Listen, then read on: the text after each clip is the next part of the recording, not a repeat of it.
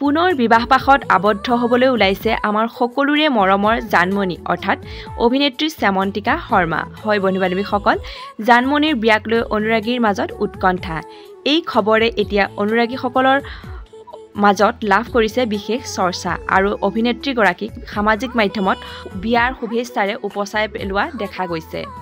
আকৌ যুগ্ম জীৱনৰ পাতনি মেলি ৰাইজৰ পৰা আশীৰ্বাদ বিচাৰিলে শ্যামন্তিকা শৰ্মাই। পিছে শ্যামন্তিকাৰ দৰা কোন হ'ব আপোনালোকে জানেনে? জানিব পৰা মতে প্ৰয়াত চিনেমা পৰিচালক মুনীন বৰুৱাৰ পুত্ৰ মানস বৰুৱাৰ সৈতে যুগ্ম জীৱনৰ পাতনি মেলিলে শ্যামন্তিকাই। শ্যামন্তিকা শৰ্মাক বিয়াৰ শুভেচ্ছা জনাইছে সকলোৱে। আশীৰ্বাদ কৰিব বুলি মানস বৰুৱা আৰু পৰিয়াল শুভাকাংক্ষীৰ সৈতে কেইখনমান বিশেষ ফটো সামাজিক মাধ্যমত শ্বেয়াৰ কৰিছে অভিনেত্ৰীগৰাকীয়ে।